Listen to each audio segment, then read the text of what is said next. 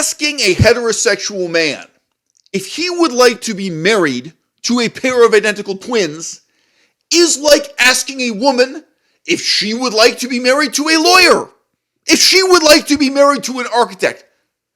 Have you ever met an architect? Have you ever eaten lunch with an architect? Have you ever been in love with an architect?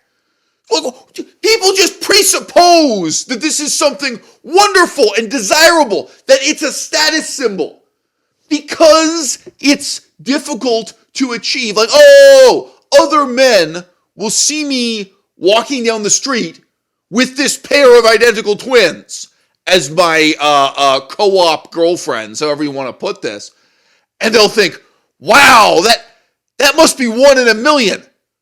Just because it's rare doesn't mean it's worth doing. Have you ever seen Pineapple C+ for sale? Pineapple Orange Crush? It's out there. Don't drink it. If you meet identical twins, don't do it. Now, you owe it to yourself not to blame capitalism for your own moral turpitude. If you get fat, don't blame McDonald's for making a profit out of your indifference, self-indulgence, and depravity. Okay? If you're going to be evil, someone else is going to make money out of it, whether or not you want to use the C word. Now, suppose hypothetically, you were on Google image search looking for images of the Peters twins, who are two Barbie doll type blondes on Instagram who wear bikinis. Nothing too upsetting to the normcore sensibilities of our time. And it turns out there are other twins who market themselves under that name, who happen to be gay males who engage in the most hardcore of hardcore porn for the delectation of a certain kind of audience that doesn't see anything wrong with paying to witness that. Now, we've all been brainwashed by pornography on the internet to some extent. Isn't there a sort of very deep assumption that there's nothing wrong with two women having sex with each other for your entertainment? That there isn't anything wrong with two sisters, especially if they happen to be identical twin sisters, engaging in this act? But when it's two men, when it's two gay brothers who are identical twins, somehow that seems to raise questions nobody's comfortable answering. When I was growing up, twins were used to advertise chewing gum. Twins were used in marketing arrangements for toothpaste and soda pop and discerning the difference between Coke and Pepsi, all kinds of crap. And then there was that whole tawdry reality TV dating show thing. They stuffed in as many twins and triplets to that as they possibly could. They had this strange charismatic quality as a marketing gimmick. And then, step by step, with the proliferation of the internet, the twins became the packaged product themselves. Now, my relationship with the pizza delivery boy, do I come to that with expectations based on hardcore pornography I've seen on the internet? My relationship with the real estate agent. Do you think I should let hardcore pornography inform my expectations? So why the fuck would you let your personal relationships with a pair of sisters who happen to be identical twins be in any way shaped or guided or formed by what you've seen in hardcore pornography on the internet? Only when you actually sit down and have coffee with these people, have lunch, whatever you people do, only when you're sitting with them face to face to face do you realize you're dealing with a strange subset of the population that grew up without ever learning how to share the Lego. We have had an African American president of the United States. You may not know this. We have had one indigenous American vice president of the United States. We have had women as the leaders of many countries around the world. There has never been an identical twin elected president of the United States, and there never will be.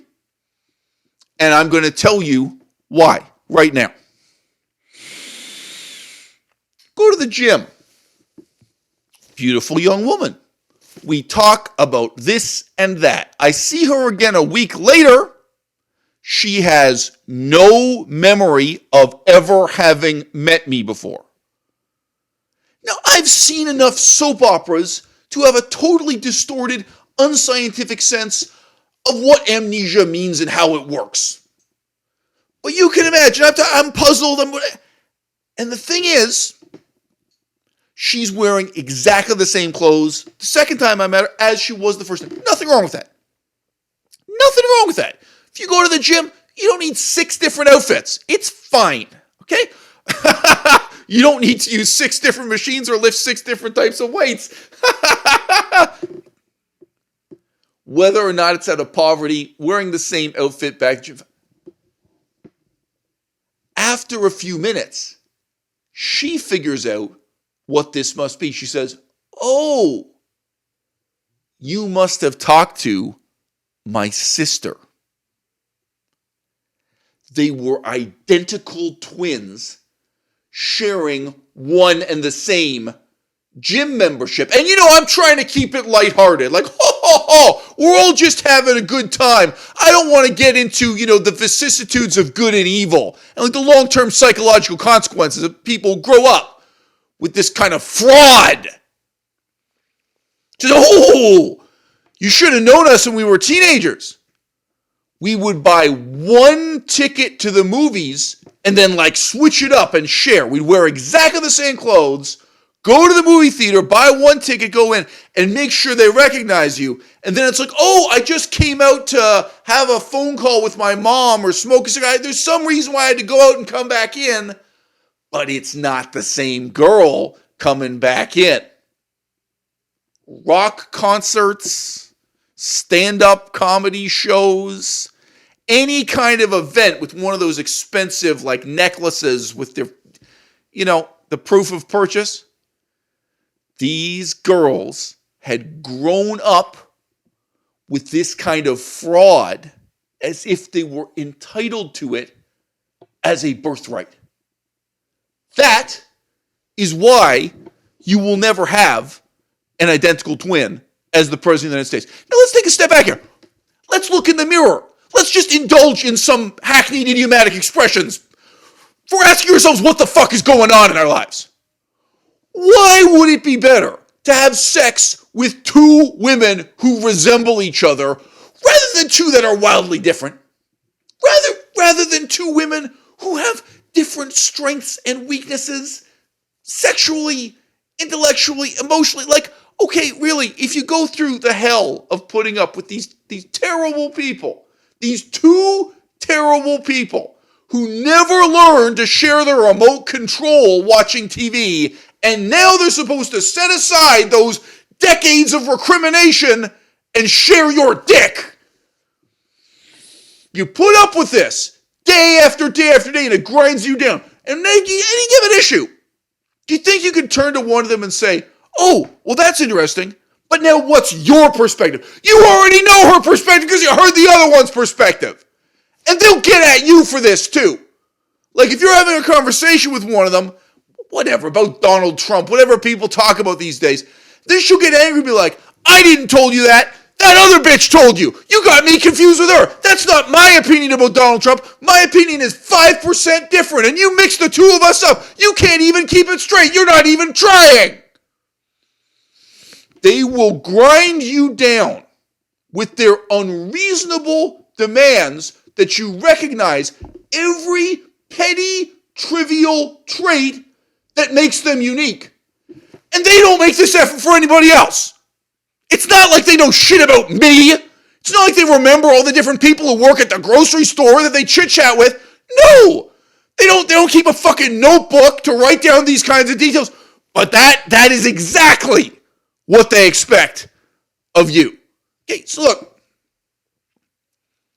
I am not saying all identical twins are terrible people. I am not saying all architects are assholes. I'm just saying we have this preconceived set of assumptions that is going to be wonderful if we can get into this high status relationship with a high status person, or in this case, like a high status two-headed monster, frankly. Okay? But another person's status is never going to drag ours up. It's only ever going to oppress us and put us down.